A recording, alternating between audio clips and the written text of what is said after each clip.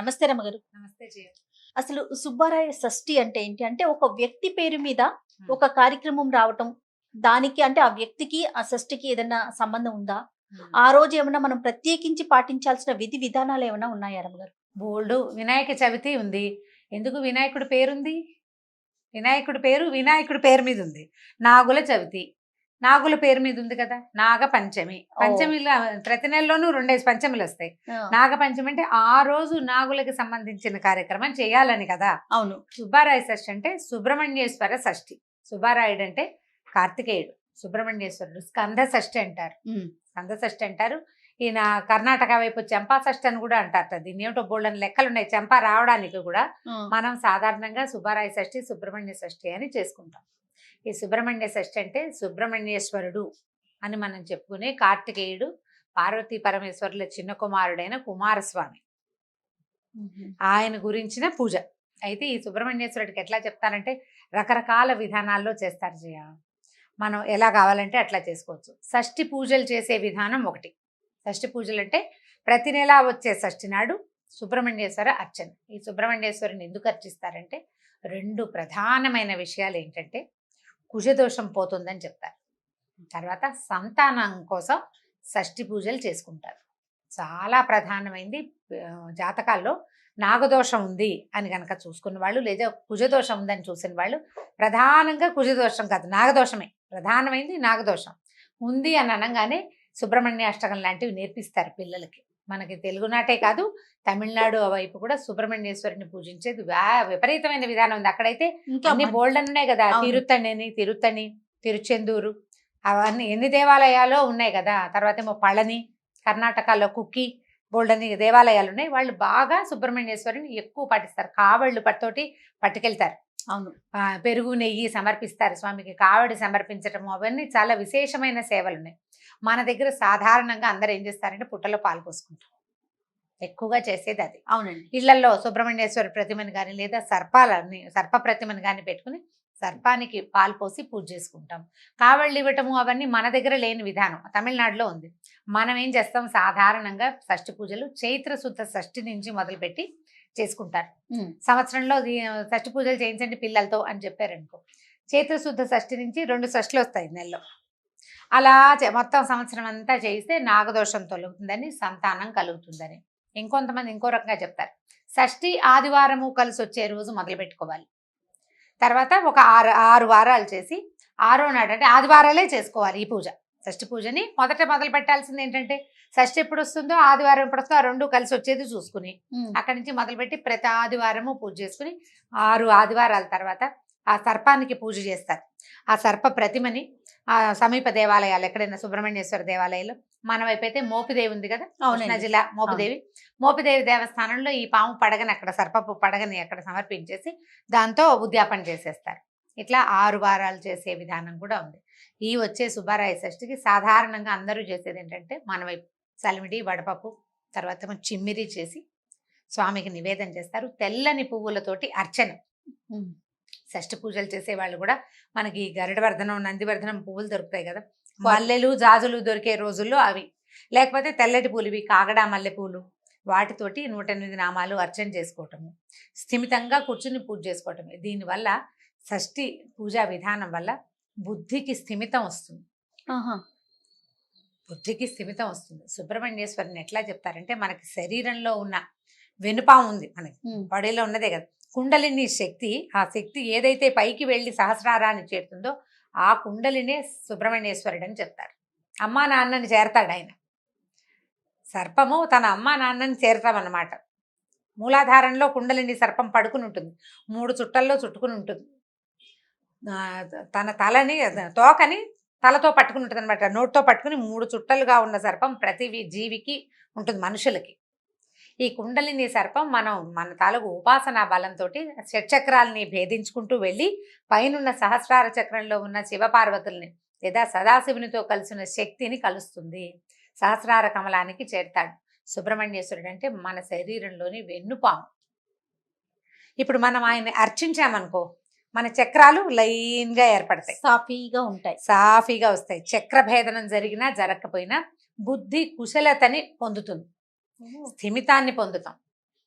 సుబ్రహ్మణ్య ఆరాధన వల్ల వ్యక్తులకి అటు ఇటు వ్యగ్రంగా పారిపోయే గుణాలు తగ్గిపోతాయి. స్థిమితత్వం అలవాటవుతుంది. కూర్చుని సాధన చేసే లక్షణం అలవడుతుంది. ప్రధానంగా కావాల్సింది అది. ఇప్పుడు మనం భగవంతుని సమస్త రూపాల్లోనూ మన ప్రపంచమంతా దేవుడే ఉన్నాడు. మనం కూడా దేవుళ్ళమే. ప్రతి ప్రాణి దేవుడే. రూపం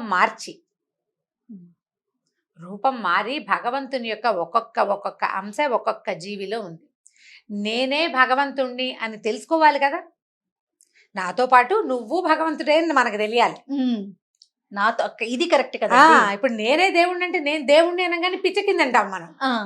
నేను దేవుణ్ణి అదొక అహంకార ధోరణి లాగా వచ్చేస్తుంది. నేను కింగ్ అనుకోవటం కాదు. నాలోను ఎదుటివాడిలోను ప్రపంచమంతా పిపీలికాతి బ్రహ్మాండ పర్యంతము భగవంతుడే ఉన్నాడని తెలియడం. నా నొప్పి లాంటిదే ఎదుటివాడి నొప్పి అని అర్థం చేసుకోవటం. అంతే. ఇదంతా కూడా ఒక ప్రక్రియ ప్రకారం జరుగుతోంది. ఇది నిరంతరం తిరుగుతుంది ఈ చక్రం అని తెలిసి ఉండటం. ఏదైనా కొంచెం సమస్య రాగానే హైరాణపడి కంగారు పడిపోయి బీపీలు తెచ్చుకుని ఏమిటో అయిపోయి చుట్టుపక్కల వాళ్ళని బ్లేమ్ చేయకూడదు. నీకు చెయ్యకుండా ఉండటం ఎప్పుడు వస్తుంది? ఇది ఇలా జరుగుతుంది. ప్రపంచ విధానం ఇది. అవతల వాడు మన్ని కొడితే వాడు దేవుడే, నేను దేవుణ్ణే. వాడి వైపు నుంచి ఆలోచించడం మొదలు పెట్టామా మనం స్థిమితంగా అయిపోతాం. ఈ స్థిమితత్వాన్ని సాధించేది సుబ్రహ్మణ్య ఆరాధన. భగవంతుని వైపు మనని మళ్ళిస్తుంది. మనం ఇది అని తెలుసుకోవాలి. ఇప్పుడు మానవులుగా పుట్టాం, చదువు లేదనుకుందాం. ఒక మనిషికి చదువు సంధ్య ఏమీ లేవు. వాడికి ఏదో కొంచెం చిన్న చిన్నవి తెలుస్తాయి. మనం అన్నం తినేటప్పుడు ఇంకొడుకో ముద్ద పెట్టాలని, పక్షులు వాకిట్లోనే తిరుగుతున్నాయి 2 గింజలు వేద్దామని, ఇలా చిన్న ఊహలు వస్తాయి. వీడు చేసే పొరపాట్లు తప్పులు చేస్తూనే ఉంటాడు. ఈ చేసిన దానము తింటూ ఇంకొకడికి పెట్టడము, ఎవడైనా బరువు ఎత్తుతుంటే వాడికి కొంచెం సహాయం చేయట్లాంటివి సాధారణ క్రియలు. దానికి బ్రహ్మజ్ఞానం అక్కర్లేదు కదా. మానవ జ్ఞానం, మనుషులకు ఉండాల్సిన సాధారణ జ్ఞానం ఉంటే చాలు. ఇవి చేయటం వల్ల ఏమవుతాడు? వీడు బెటర్మెంట్, నెక్స్ట్ లైఫ్, ఇంకా కొంచెం చదువుకోగలిగే జీవితాన్ని మరింత బాగా తెలియగలిగే జన్మ ఏర్పడుతుంది. అప్పుడు ఇంకా కొంచెం చదువుకుంటాడు, ఇంకా కొంచెం తెలుసుకుంటాడు. ఇది మంచిది, ఇది చెడు తెలుసుకుంటాడు. ఆ తర్వాత ఇంకా పై జన్మని పొందుతాడు. అట్లా పైకి వెళ్ళే క్రమంలో సుబ్రహ్మణ్య ఆరాధన చేసే అవకాశం లభించడం కూడా ఒక బెటర్మెంట్ అన్నమాట, ఒక స్టెప్. అన్ని మెట్లు ఎక్కాలి కదా మనం. ఇది చూడండి, వైకుంఠపాళి. ఈ మెట్లు ఎక్కుతుంటాం, మధ్య మధ్యలో దిగిపోతుంది, మధ్యలో బోల్డని సర్పాలు వస్తాయి. గబుక్కుని నిచ్చెన ఎక్కుతాం మనం. నిచ్చెన పక్కనే సర్పం ఉంటుంది. సర్పాన్ని దాటి వెళ్ళగలిగామా వెళ్ళిపోయినట్టు. లేకపోతే ఏముంది, 99వ గడి చేసిన అరుకాషుడు ఉంటాడు అక్కడ, ఒక పెద్ద సర్పం. అక్కడి నుంచి మొదటి స్టెప్ దగ్గర కూర్చోబెడతాడు తీసుకొచ్చి. ఈ స్టెప్స్ ఎక్కేటప్పుడు మనం ఆరాధనలు, తర్వాత మీదన ప్రవచనాలు వినడాలు, పురాణ శ్రవణం చేయటాలు, భగవంతుణ్ణి తెలుసుకోవటం అంటే దేవుడు ఎక్కడున్నాడు అని వెతకటం కాదు. మన చుట్టూతా ప్రపంచంలో ఉన్నదంతా భగవంతుని యొక్క లీలా విభూతి అని తెలియటం మనకి. అందులోనూ ప్రతి ఒక్కరిలోనూ భగవంతుడు ఉన్నాడు అని గుర్తించటం. అంతే. అది తెలిసిందా నీవు స్థిమితంగా ఉంటావు, నువ్వు ఇంకా సాధనలో ముందుకెళ్ళగలుగుతావు. పుట్టిన ప్రతివాడికి మరణం తప్పదు, కానీ మానవుడు అన్నవాడికి ముక్తి జరిగి తీరుతుంది ఎప్పటికో ఒకప్పటికి. కొందరు 10-25 జన్మల్లోనే పొందేస్తారు, కొందరు వేల కొద్ది జన్మలు ఎత్తుతారు. మనం ఈ జన్మలెత్తే క్రమంలో ఇలాంటి ఒక అవకాశం వచ్చింది, పూజించుకుందాం, ప్రయత్నం చేద్దాం. ఈ ప్రయత్నం చేసిన వాళ్ళు చక్కగా సక్సెస్ అవుతారు. సుబ్బారాయ షష్ఠికి మన వైపు చేసేదైతే దగ్గరలో పాము పుట్టలు అవి ఉండి, ఎక్కడైనా అవకాశం ఉండి దేవాలయాలకు వెళ్ళే అవకాశం ఉంటే పాలు పోసుకోవటము, పగలు ఉపవాసం ఉండటము, రాత్రి కూడా రోజంతా ఉపవాసమే. పగలు ఏదో కొంచెం తింటారు, సాయంత్రం చీకటి పడ్డాక సర్పం నిద్రిస్తుంది, అందుకని పనికిరాదంటారు. సాయంకాలం పూట భోజనం చేయరు, ఏం తినరు. ఇంకా రాత్రి అదే కొన్ని ఇళ్లలో ఉంటుంది అట్లా. తరిగిన కూరలు తినకూడదు, తరిగిన కూర తినకూడదు అంటారు. పుట్టకు వెళ్తే ఆ పుట్ట మన బంగారం తెచ్చి చెవులకు పెట్టుకోవటం, చెవులకు పెడితే పిల్లలకి అనారోగ్యాలు రాకుండా ఉంటాయి. దాదాపుగా నాగుల చవితికి చేసిందే షష్ఠికి చేస్తాం ఇంచుమించుగా. ఇళ్లలో విధానం తేడా ఉంటుంది. స్కంద పూజా విధానం పుస్తకాలు ఉంటాయి, సుబ్రహ్మణ్యేశ్వర పూజా విధానం. అందులో కదలీవంధ్య కాకవంధ్యాది దోషాలు పోతాయని చెప్తారు. ఆ శ్లోకాలు అట్లా ఉన్నాయన్నమాట. కదలీవంధ్య అంటే ఇక మన దాన్ని ఏమంటారు, అరటి చెట్టుకుండే వంధ్యత్వం, అది ఒకటే గెలేస్తుంది, తర్వాత చెట్టు కొట్టేస్తాం, దానికి ఇంకా అవకాశం లేదు. కాకి కూడా ఒకసారే గుడ్లు పెడుతుందిట. కొన్ని కాకులకు ఆ శాపం ఉంది. ఆ వంధ్యత్వాన్ని అలా అంటే వంధ్యత్వం అంటే గొడ్రాలితనం, సంతానం లేకపోవటం, ఆ. దాని నుంచి మాకు విముక్తినివ్వు, మాకు సంతానం ఇవ్వు అని అడిగే పూజ అన్నమాట. ఈ పూజా విధానం పుస్తకం తెచ్చుకుని చక్కగా సాంగంగా కూర్చుని చేసుకోవచ్చు. ప్రధాన నియమం ఏమిటంటే నేను ఎప్పుడూ చెప్పేది, దుర్భాషలు ఆడద్దు, పోట్లాడకండి. అసలు ఎంత ప్రశాంతంగా ఉంటే బుద్ధి అంత రుజువర్తన్ని కలిగి ఉంటుంది. అయితే ఇలాంటి రోజున స్కందోత్పత్తి, అసలు కుమారస్వామి ఎలా జన్మించాడు అనే పాయింట్ ఒకటి చెప్పుకుంటే బాగుంటుంది. దాని మీద కూడా ఒక చిన్న విషయం చెప్తాం. శ్రీమద్ రామాయణంలో బాలకాండలో స్కందోత్పత్తి చెప్పబడింది. విశ్వామిత్రుడు మహర్షి వచ్చి ముందు రామలక్ష్మణులు ఇద్దరిని మా యజ్ఞానికి రక్షణగా తీసుకెళ్తానని అడిగాడు. అడిగినప్పుడు దశరథుడు కొంచెం ముందు వెనక ఆడిన వశిష్ఠ మహర్షి, విశ్వామిత్రుడు చాలా గొప్పవాడు, ఇతనితోటి వెళ్తే పిల్లలు రేపొద్దున చక్రవర్తి అవుతాడు రాముడు, రాజులు కావలసిన పిల్లలకి ఆయన తాలూకు సహవాసం చాలా మంచిది, పంపించమని పంపించారు. ఈ వెళ్లే దారిలో విశ్వామిత్రుడు రకరకాల కథలు చెప్పారు. ఆ చెప్పిన కథలో స్కందోత్పత్తి కూడా ఉంది. గంగావతరణ కథ ఒకటి, అహల్య శాప విమోచనం జరిగింది, తాటకని సంహారం జరిగింది. ఈ రెండిటికి మధ్యలో గంగావతరణ ఘట్టము ఉంది, ఈ స్కందోత్పత్తి ఉంది. స్కందుడు ఎలా జన్మించాడు అనేది కొన్ని శ్లోకాల్లో చెప్పబడింది. బాలకాండ చదవటం అలవాటు ఉన్నవాళ్ళు, రామాయణం చదివే అవకాశం ఉన్నవాళ్ళు, పుస్తకాలు ఉన్నవాళ్ళు స్కందోత్పత్తి ఉన్న శ్లోకాలు చదువుకున్నా కూడా ఈ రోజున చాలా మంచిది. బ్రీఫ్గా చెప్దాం మనం. తారకాసురు సంహారం. తారకాసురుడు అని ఒక రాక్షసుడు, వాడు శివ తేజస్సు వల్ల పుట్టిన కుమారుడితోటే, శివుని కుమారుని వల్లే మరణం ఉంది వాడికి. ఆనాటికి సతీ వియోగంతో శివుడు హిమాలయాల్లో తపస్సు చేసుకుంటున్నారు. ఆయనకి సంతానం ఎలా వస్తుంది? శివుడి సంతానము అంటే ప్రత్యక్ష సంతానం అని అర్థం. శివుడి వరప్రభావంతో పుట్టినవాడు కాదు, అంశలతో పుట్టినవాడు కాదు, ప్రత్యక్ష సంతానం. అయితే ఇప్పుడు ఏమైంది, శివుడికి పెళ్లి కావాలి, భార్య లేదే కుమారుడు ఎక్కడి నుంచి వస్తాడు? అందరూ ఏం చేశారు, హిమవత్ పర్వతాల పుత్రికగా జన్మించిన పార్వతీదేవి సతీదేవి ఇక్కడ జన్మించింది, వీళ్ళిద్దరిని కలపాలని మన్మధుడిని ప్రేరేపించి శివపార్వతులకి వివాహం జరిగేలాగా చేశారు. వివాహం జరిగింది, భార్యాభర్త కలిసి ఏకాంతంగా ఉండడం మొదలుపెట్టారు. అయితే వీళ్ళకి ఏమై అనుకున్నారంటే, శివుడు మహా అద్భుతమైన తేజస్సు కలిగిన వాడు, ఈ పార్వతి ఈవిడ తక్కువది కాదు. ఈ శివశక్తుల కలయిక వల్ల జన్మించబోయే తేజస్సుని ప్రపంచం భరించలేదనిపించేసింది. అందుకని దేవతలు వెళ్ళి శివుణ్ణి, అప్పటికి కొన్ని వందల సంవత్సరాలుగా వాళ్ళు కలిసే ఉన్నారు కానీ సంతానోత్పత్తి జరగలేదు. భార్యాభర్త కలిసి ఒక చోట ఉన్నారు కానీ అప్పటికి సంతానం కలగల. వీళ్ళు వెళ్ళి అడిగారు, మీరు తపస్సు చేసుకోండి, మీ ఇద్దరు కలిసి సంతానానికి అంటే కనుక ఆ సంతానాన్ని మేము భరించలేము, అంత తేజస్సుని శివశక్తుల కలయికని తట్టుకోలేము మేమని చెప్పారు. చెప్పేసరికి పార్వతీదేవికి చాలా కోపం వచ్చేసింది.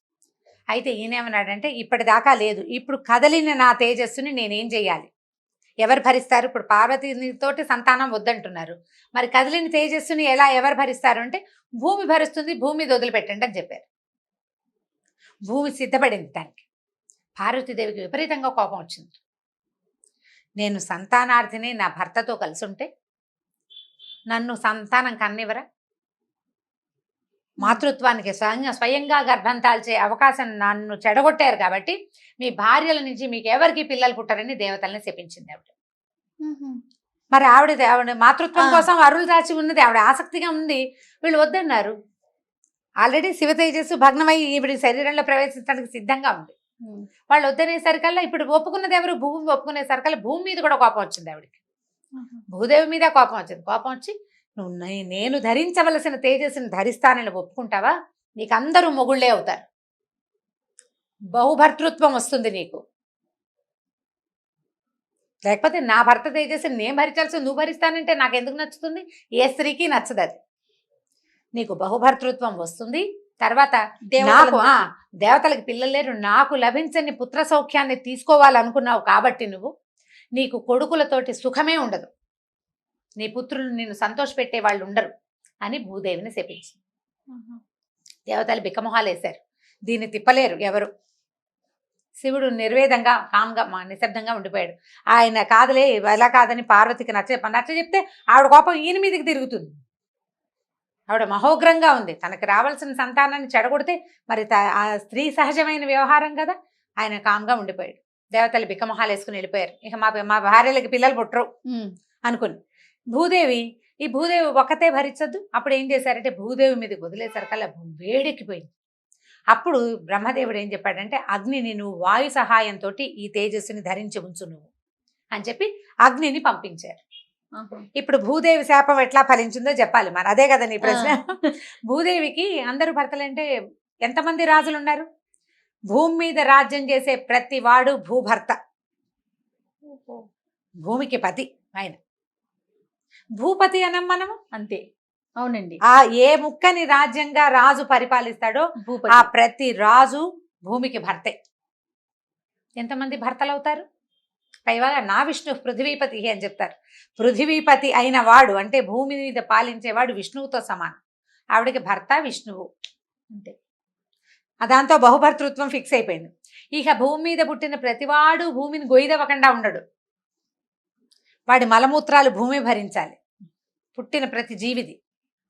ఏం సుఖం ఉంది తల్లికి? తవ్వకుండా కుదరదు. నువ్వు మొక్క పెట్టాలంటే తవ్వాలి, భూమిలోంచి ఏదైనా తీయాలంటే తవ్వాలి. ప్రతి దానికి కదా, ప్రతిదానికి భూమిని తవ్వాల్సిందే. కొడుకుల వల్ల ఆవిడకి ఏం సుఖం ఉంది? ప్రతివాడు పొడిచేవాడే. దున్నందే పంట పడ్డదు, తవ్వందే నీళ్లు పడవు. ఆ శాపం పార్వతీదేవి వల్ల భూమికి వచ్చింది. అక్కడి నుంచి అగ్ని వాయువు కలిసి ఒకరితో ఒకరు సహాయపడి ఈ భూమి మీద ఏర్పడిన ముందు శక్తిని ఆ వీర్యాన్ని పోగు చేసుకుని అగ్ని ధరించి ఉన్నాడు. ఇంతలో ఏమైంది? ఆ తారకాసురుడు విజృంభించేశాడు. శివుడేమో తపస్సు చేసుకోవడానికి భార్యతో కలిసి వెళ్ళిపోయాడు. మరి తపస్సు చేసుకోండి సంతానం కన్నదంటే వాళ్ళిద్దరూ సెపరేట్గా ఉండమని కదా అర్థం. దాంతో వీళ్ళు ఏం చేశారు? దేవతలకు సైన్యాధిపతి లేడు, శివుడు సైన్యాధిపత్యం వహించట్లేదు, సహాయం చెయ్యి, మాకు ఏదైనా సైన్యాన్ని ఇవ్వమని మళ్ళీ బ్రహ్మదేవుడి దగ్గరికి వెళ్ళారు. అప్పుడు ఈయనేం చెప్పాడంటే శివ తేజస్సుతోటి సంతానం లభిస్తుంది, అతను మీకు సేనాని అవుతాడు. ఇప్పుడు అగ్ని ధరించి ఉన్నటువంటి శివతేజాన్ని ఎవరు భరిస్తారు? గంగా నదిని ప్రేరేపించారు. నువ్వు వెళ్ళి ఈ అగ్నిలో ఉన్న శివతేజస్సుని నీలోకి స్వీకరించి సంతానం పుట్టించు, పుత్ర సంతానాన్ని పుట్టించాలని చెప్పారు. ఆవిడ స్త్రీ రూపం ధరించి అగ్నిదేవుడి దగ్గరకు వచ్చింది. వచ్చి ఆ తేజస్సుని తను తీసుకుంది కానీ భరించలేకపోయింది ఆవిడ. అప్పటికి ఆవిడ భూమి మీదకి వియద్గంగగానే ఉంది, స్వర్గంగే ఆకాశంలో ఉన్న ఆవిడే. భరించలేకపోయింది ఆ వేడమ్మో, నేను తట్టుకోలేకపోతున్నానని అగ్నిదేవుని వేడుకుంది. ప్రభు నన్ను విముక్తురాలని చెయ్యి, నా వల్ల కావట్లేదు, శివ తేజస్సుని భరించడం నా వల్ల అవ్వదు, నాకు చేత కావటం లేదు అనేసరికల్లా ఈయనేమన్నాడు? హిమవత్పర్వతం మీద శ్వేతపర్వతం ఉన్నది, హిమవత్పర్వత ప్రాంతాల్లో వదిలిపెట్టేసి నీ గర్భంలో శిశువుగా ఏర్పడిన తేజస్సుని వదిలేయమన్నాడు. అక్కడ వదిలిపెట్టేసింది ఆవిడ. గర్భంలో నుంచి శిశువుని వదిలేసింది బయటికి. వదిలిపెట్టేసరికల్లా అక్కడి నుంచి జారిన రేతస్సు, ఆయన స్కందుడు జారి పడ్డాడు కాబట్టి స్కందుడు అని పేరు వచ్చింది ఆయనకి. గర్భస్రావమే ఇంచుమించుగా ఆవిడ వదిలిపెట్టేసింది శిశువుని, నేను భరించలేనండి. అలా పడినవాడు అక్కడున్న రెల్లు పొదల్లోకి చేరాడు. ఈ రెల్లు వనం ఎట్లా వచ్చింది? అంతకుముందు అగ్ని చాలా కాలం పాటు భరించి ఉన్నాడు కదా, అక్కడ ఒక రెల్లు వనం ఏర్పడింది, ఒక పొద ఏర్పడింది ఆ శ్వేతపర్వతం దగ్గర. ఆ రెల్లులోకి పడి శిశువుగా మారాడు. ఈ శిశువు ఎప్పుడైతే శిశువుత్పత్తి ఎప్పుడు జరిగిందంటే ఇది అగ్ని నక్షత్రమైన కృత్తికా నక్షత్రం సమయంలో, కృత్తికా నక్షత్రంలోనే జన్మించాడు ఈయన. శిశువుగా మారేసరికల్లా ఈ కృత్తికా నక్షత్రం అగ్ని నక్షత్రం.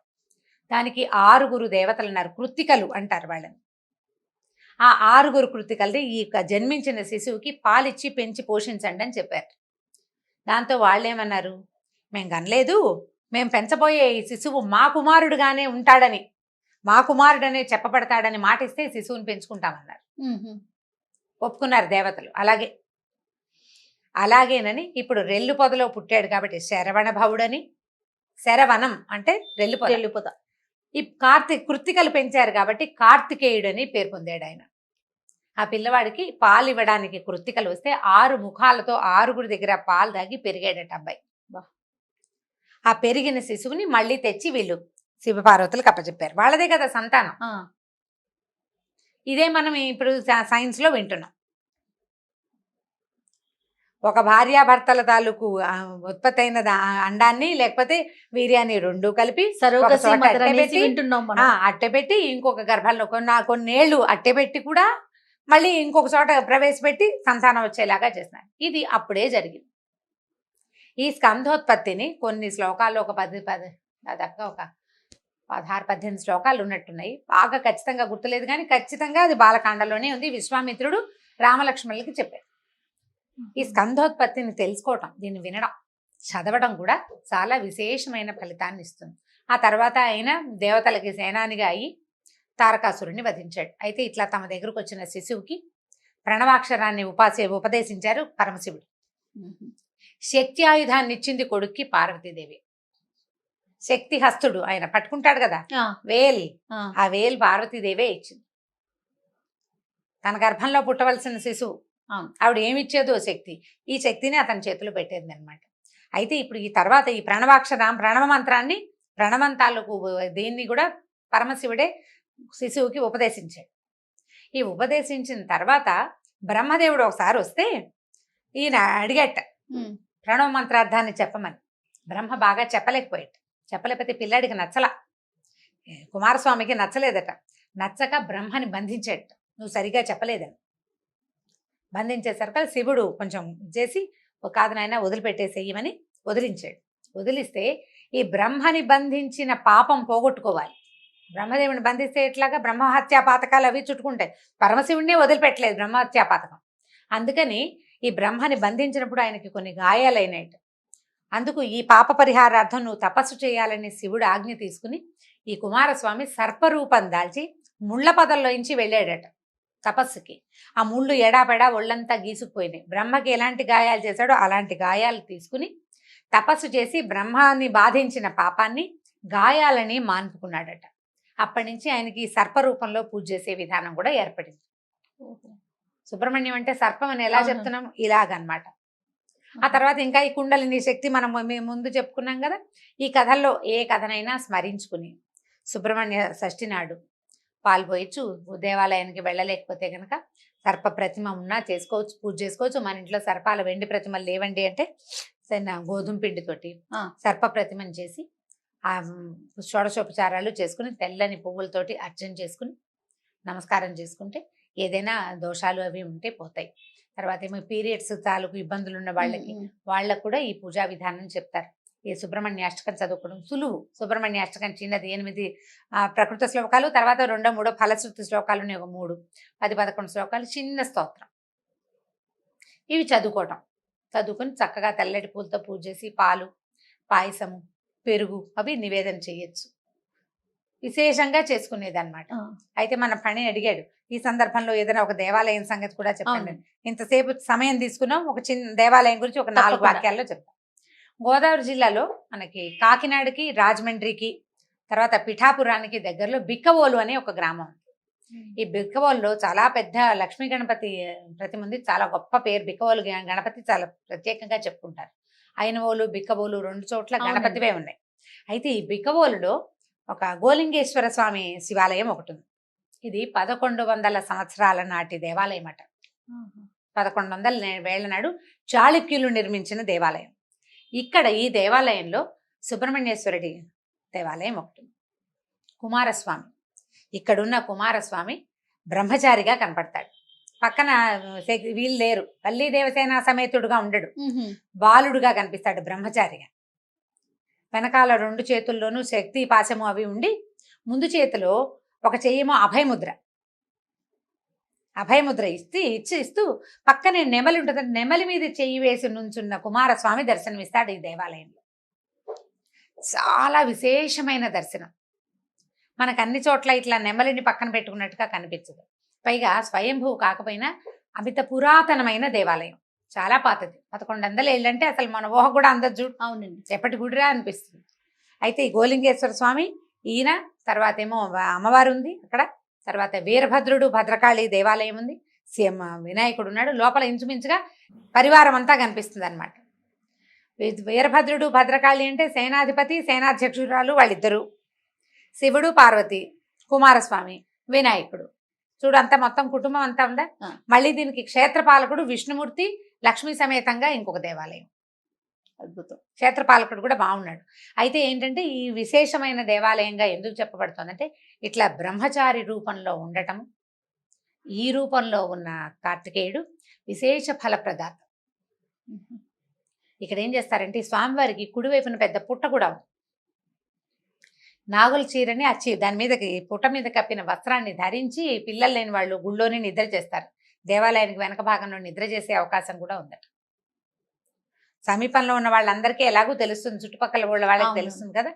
మనం బయట ఊళ్ళ నుంచి ఉన్న వాళ్ళకి కొంచెం తెలియదు. ఈ బిక్కవోలు ఆ వైపుకి వెళ్ళగలిగిన వాళ్ళు, పిఠాపురం, కాకినాడ, రాజమండ్రిలో పనులున్న వాళ్ళు ఏదైనా అవకాశం ఉంటే ఈ బిక్కవోలు గ్రామంలో ఉన్న లక్ష్మీ గణపతి స్వామితో పాటు ఈ సుబ్రహ్మణ్యేశ్వర స్వామిని కూడా దర్శించుకోవచ్చు. తప్పకుండా దర్శించుకోవాల్సిన క్షేత్రం. చాలా విశేషమైన రూపము, అసలు ఎంత చక్కటి రూపము, ఉమ్. చూడ్డానికి కూడా చాలా ముచ్చట కొలిపేటట్టుగా ఉంటుంది. అసలు నెమలి మీద చెయ్యి వేసినట్టు కనిపిస్తాయి. ఓ. బాగుంటుంది. ఈ పుట్ట కూడా పక్కనే ఉండటము కాబట్టి మరి స్వామివారి విశేషంగా వెలిసినట్టు కదా. సో ఆ పుట్ట మాత్రం స్వయంగా ఉన్నదేనట, ఆహా. సహజమైన పుట్టే ఉంది అక్కడ. అక్కడ కూడా పాలు అవి పోసుకుంటారు. ఈ రోజు రాత్రిపూట పళ్ళెంలో పాలు పోసి పెడతారట పుట్ట దగ్గర. ఆ ఊళ్ళో పద్ధతి అనమాట, ఆ దేవాలయంలో విశేషం. ఈ దేవాలయ విశేషాలు ఎక్కువ చెప్పటం లేదని అనుకోవద్దు, ఎందుకంటే మనం ముందు స్కంధోత్పత్తి అవి చాలా విశేషంగా చెప్పాం. బిక్కబోలు గ్రామం, దీని మీద సెర్చ్ చేసినా కూడా మనకు వివరం చక్కగా తెలుస్తుంది. తప్పకుండా. థ్యాంక్ యూ సో మచ్ రమ్మగారు. నమస్తే. నమస్తే జయ. ఈ వీడియో కనుక మీకు నచ్చినట్లయితే లైక్ చేయండి, షేర్ చేయండి. మరిన్ని వీడియోస్ కోసం మా ఛానల్ సబ్స్క్రైబ్ చేసుకోండి.